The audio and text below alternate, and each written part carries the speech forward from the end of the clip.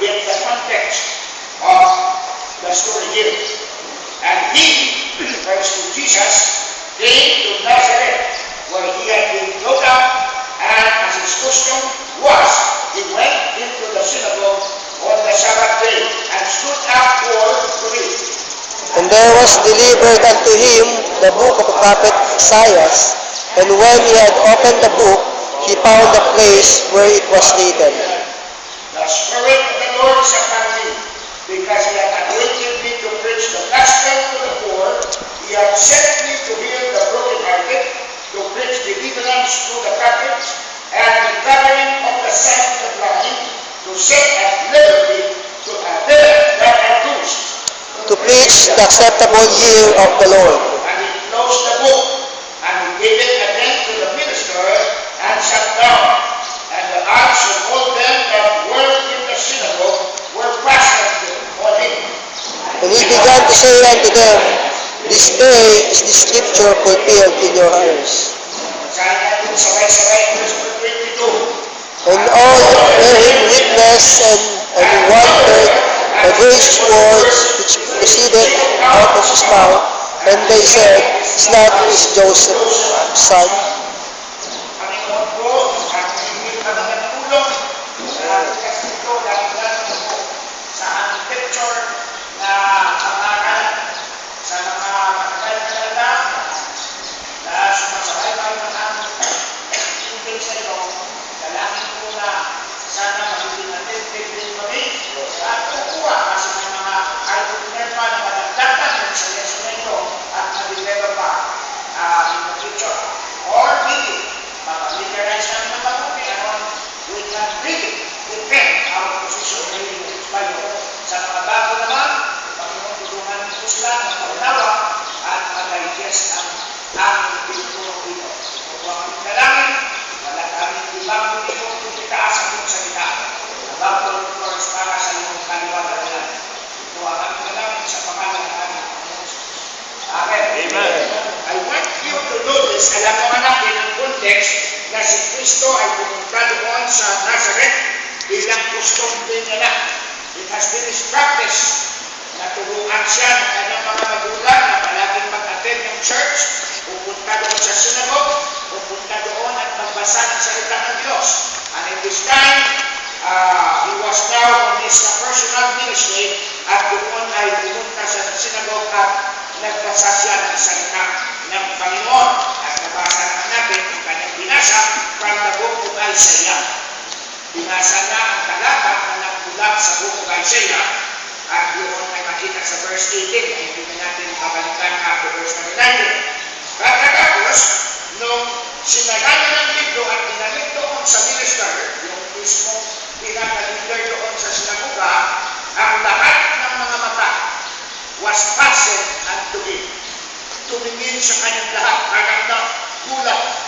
At may nakita kong word dito na dito natin kinuha ang ating topic, and all bearing witness and wonder, yan ang word, and wonder, nagulat sila, namangak sila at the precious words.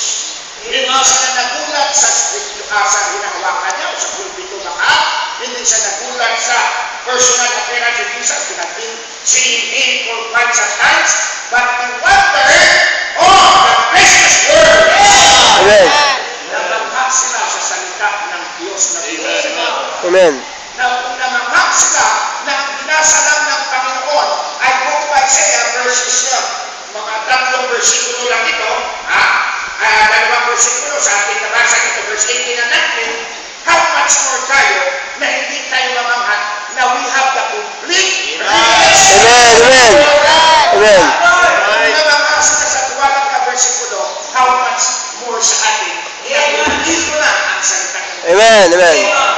So ano ang mga wonders na ito? Sa-isahin natin. Wonders na English Bible unit, kakaiba from other modern Bible versions. Bakit kakaiba ito? Ano ang naglagay sa kanya ng ganito na reputation na kakaiba sila? Why is the English Bible the book of many wonders? And I'm going to use 7 wonders of the English Bible.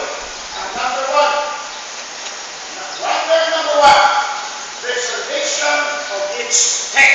Amen. ang preservation sa kanyang text.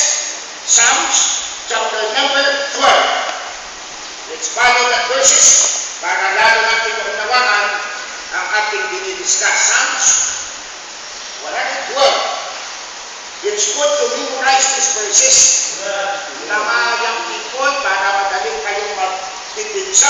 Ang una ninyong katunayan, sabihin niyo, preserve ang text ng King James.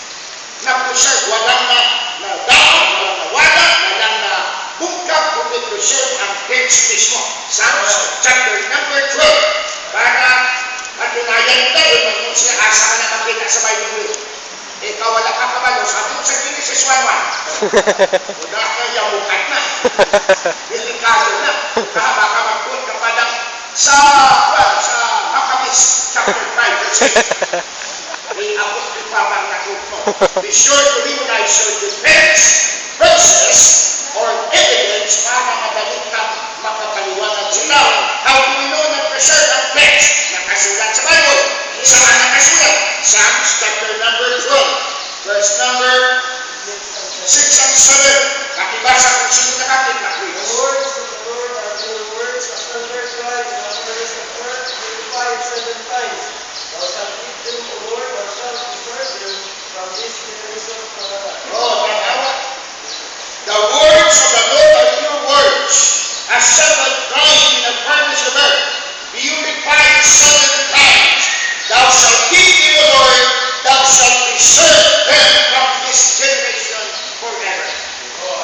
Nakaka-clear ang pagkasabi sa banal na kasulatan. Pero bakit marami pa rin ang hindi naniniwala at may puntang tinatawag ng mga idea na may mali dito, ganito, ganyan. Ang problema nila ay walang pananampalataya sa Diyos na kapangyarihan na nagawa ng problema. Yan ang problema. At wala kang pananampalataya, kung naniwala ka na ikaw ay nilalang ng Panginoon, why not believe God that Jesus already created the power Amen. and be preserved from this generation forever? Amen. Amen.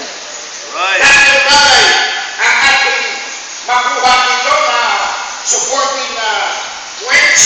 Number 1, under this preservation of the text. Wonder number 1 yan, the King James Bible is preserved, not perverted. Amen. Ang King James Bible ay preservado, hindi i-perverted ang salitang pervert, gidamot, itakang ang ba, etc. Ecclesiastes 3 verse number 14. Ecclesiastes 3:14. Nakibasa ang Ecclesiastes 3 verse 14.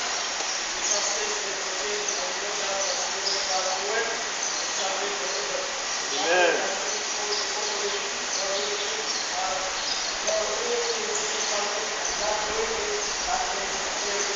So napaka-clear mga kapatid Amen. na anuman ang gagawin ng Diyos, it will be forever. Amen. Wala nang dapat pa. Nothing can be put with nor anything taken from it. And God doeth it that men should fear before Him. Pero walang takot. Kung na kanina walang pananampalataya, ngayon walang takot naman sila. And that's why we just keep revising the Word of God. Number 2, back up na pagtuon na tunay that the King James Bible, and number 1, wonder nito ang preservation of its text. The King James Bible is preserved, not perverted. Number 2, the King James Bible is inspired, not expired. Amen. Amen. 2 Timothy 3 verse number 16. Those of you who are watching this video in the YouTube, you turn to that verses that I'm referring to para kayo makita ninyo ang mga kuliba, ang mga patunay from biblical point of view na kaming mga KGB contemporary ay hindi lang nagsasalita na bumangakam at aming mga opinion kundi ang lahat we biblical references. Lord, amen. 2 Timothy 3 verse 16. What does the Bible say in 2 Timothy 3:16? All Scripture is given by inspiration of God, is applicable to Amen. doctrine, Amen. reproof, correction, and instruction in righteousness. Ayan, napakahalaga. na in-inspire ng Panginoon. Ano na ang meaning ng inspired sa una nating lesson? Binagyan niya ng buhay. Amen. Amen. Mula ang dito sa buong sanglibutan, out of mga 7 billion books, I'm not quite sure, but maybe more than 7 billion books ang nandyan sa National Congress sa Amerika, yet isa lang ang Bible na buhay. Amen. Amen. Ito lang ang espada na nabubuhay. Ang espada ngayon pumapatay. Ang sword of the Spirit ay bumubuhay. Amen. Amen. The English Bible is absolute, not obsolete. Yes. Amen. Ang absolute meaning wala ka nang dapat inugang, hindi na dapat i-modify, hindi na dapat baguhin dahil absolute na nakatotohanan yan. Wala nang dapat i-change. Pero pag obsolete na, yung mga obsolete na mga bagay, yung mga Wala. karaan noon na hindi na natin ginagamit, obsolete kayo. Wala na. May mga time na tayo gumagamit pa ng mga lanta na noon. Obsolete na yun ngayon sa sila. Obsolete na yun ngayon sa ating mga kapanahonan. May mga ginagamit tayo noon na mga wala, na mga nilututuan na mula sa niyog o mga share. But now, wala nang gumagamit noon as far as the city people are concerned because mga obsolete na yun. Yan ang ibig sabihin ng obsolete. The English Bible is absolute truth, not obsolete truth. Isaiah 34, verse number 16. Isaiah 34, verse 16.